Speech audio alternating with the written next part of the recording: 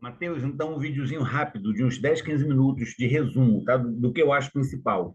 Eu vou mandar o link para ti, claro. Se quiseres passar para alguém esse link, pode passar, não tem problema, tá? Que não vai dar tempo de divulgar para a turma.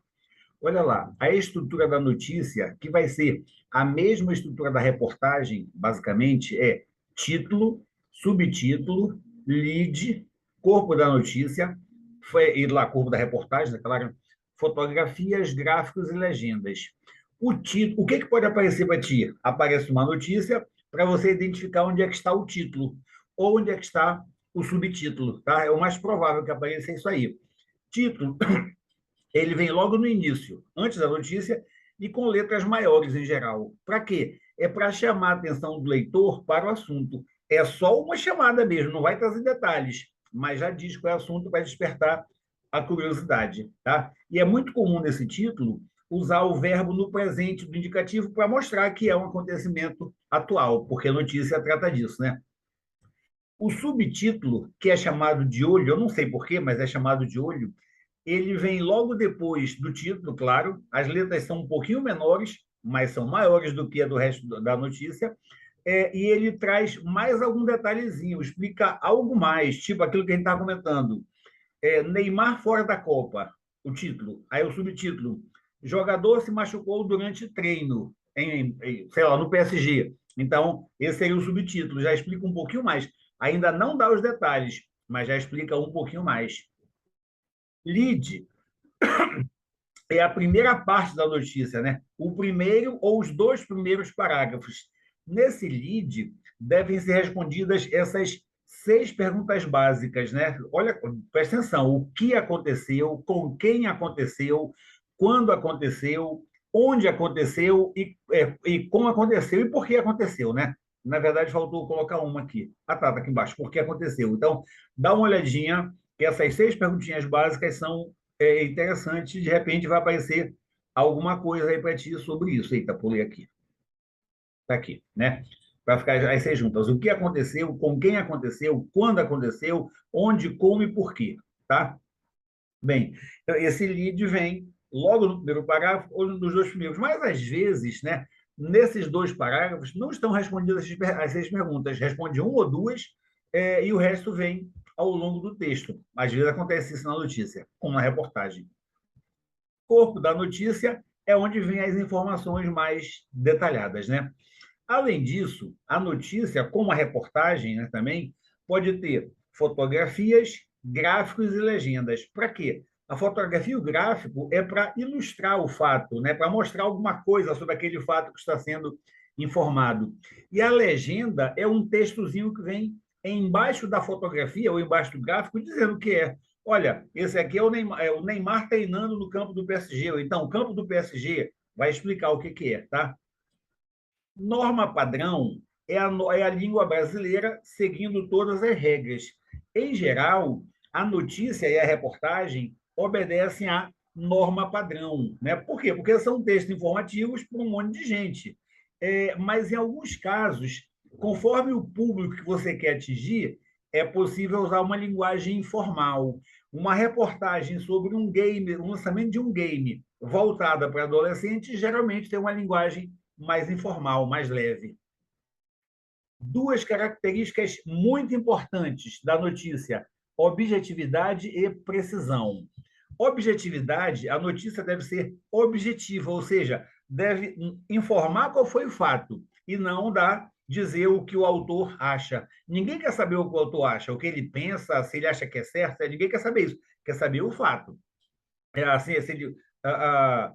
O que ele acha para a notícia não interessa, ele tem que noticiar o fato, o nome já informa, né? E a precisão é que a notícia deve ser breve, sem detalhes desnecessários. Uma notícia que seja muito longa é chamada de prolixa. Isso aqui, ó, outra palavra importante. Prolixidade, a notícia prolixa, é quando o texto se estende trazendo muitos detalhes desnecessários. Aí ele fica chato, fica enfadonho, tá? Aqui eu acabei pulando um pedacinho. Bom, aqui é da parcialidade. O texto deve ser imparcial. Quem informa, ele deve informar sem escolher um lado. Olha, mas eu acho que fulano está certo, eu acho que Beltrano está errado. Ele deve informar. Houve uma discussão entre fulano e Beltrano. Ele vai dizer o que aconteceu, e não quem está certo e quem está errado. Tá? Essa parcialidade, ela afasta a confiabilidade. O principal motivo para imparcialidade, ou seja, para evitar a parcialidade, é que o texto fica mais confiável, a informação fica mais confiável, porque, pensa bem, se o título é parcial, se o título já diz o que o cara está escolhendo, isso até reduz a divulgação na notícia, porque as pessoas que não concordam com o que ele diz, provavelmente nem vão ler, não vão se interessar. Aquilo que eu estava falando de ontem. Imagina que o filme que fosse uma notícia sobre o filme lá da, sei lá, Guerra Infinita, né? Se já começasse assim, Guerra Infinita, vírgula, um filme chato, vírgula, teve tanto, estreou não sei onde.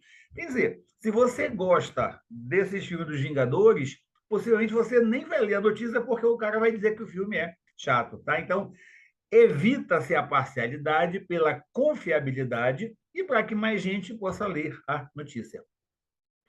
Quando é que são usadas aspas? Quando é para indicar o que alguém falou, que a gente chama de citação. A pessoa, sei lá, o chefe o diretor do banco disse que, aí abre aspas, bota o que ele disse, tá? Então, para dizer o que alguém falou, ou então quando você vai mencionar o nome de um título da obra, o título do livro, o título do filme, isso é que usa aspas. Quando se faz uma citação, não basta você botar entre aspas o que a pessoa falou, tem que dizer quem é essa pessoa. Como disse o diretor fulano de tal, aí coloca entre aspas. Tá? Então, quando você...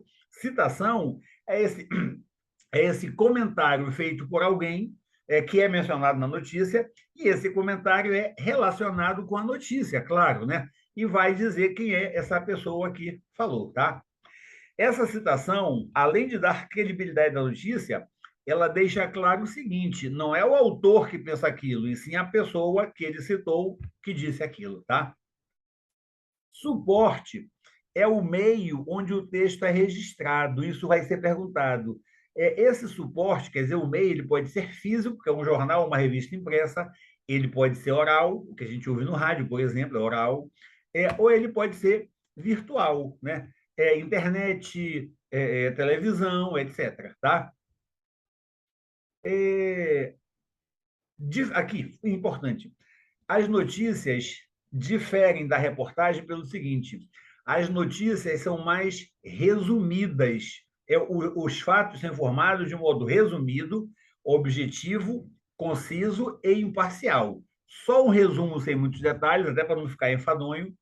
Objetivo, ou seja, da notícia, e não a opinião de quem está noticiando. Conciso, resumido, né? Só o que foi essencial, e imparcial. Não vai trazer uma avaliação do que o autor da notícia pensa, ele tem só que informar. Já na reportagem, o fato é exposto com mais detalhes, né, mais aprofundado, o que causou, qual o efeito, se antes já aconteceu, quer dizer, na reportagem tem todo um trabalho de investigação, vai pesquisar o que aconteceu, vai entrevistar, vai ver o que pode acontecer, consulta um especialista. E na reportagem, muitas vezes tem um grau de parcialidade, porque ela é feita para defender o ponto de vista de uma revista. Por exemplo, uma revista que é contra o desmatamento, como eu te falei do Greenpeace. Tudo que ela publica é parcial. Eles vão dizer que o desmatamento é errado. Não adianta, eles vão dizer sempre. E, por último, olha, o contexto de circulação e linguagem. A reportagem, né, para atingir, aqui já é a parte da reportagem, para que ela atinja a sua finalidade, ela deve levar em conta o suporte, o contexto de circulação, onde ela vai ser colocada. Né? Não adianta colocar uma reportagem sobre o filme da Liga da Justiça lá na página de Economia e Negócios. Ninguém vai se interessar. Por outro lado, numa sessão que trata de games, que geralmente são adolescentes, pessoas mais jovens que usam, adolescentes de até 30 anos, uma sessão que trata de games, não adianta publicar sobre um negócio que o banco tal fez lá no Japão, porque as pessoas não vão se interessar. Tá? Então, a reportagem, para ela atingir a sua finalidade, deve levar em conta o que chama de contexto de circulação, ou seja, onde ela vai ser colocada, o público que tem acesso àquele tipo de informação, beleza? E, além disso, claro, aqui também a linguagem pode ser adaptada. Numa sessão de games, a linguagem vai ser adaptada para games, gíria lá do jogo e por aí vai. Que eu me perco no negócio, mas tu entenderias, né? Então, isso é contexto de circulação e linguagem. Boa prova, te amo!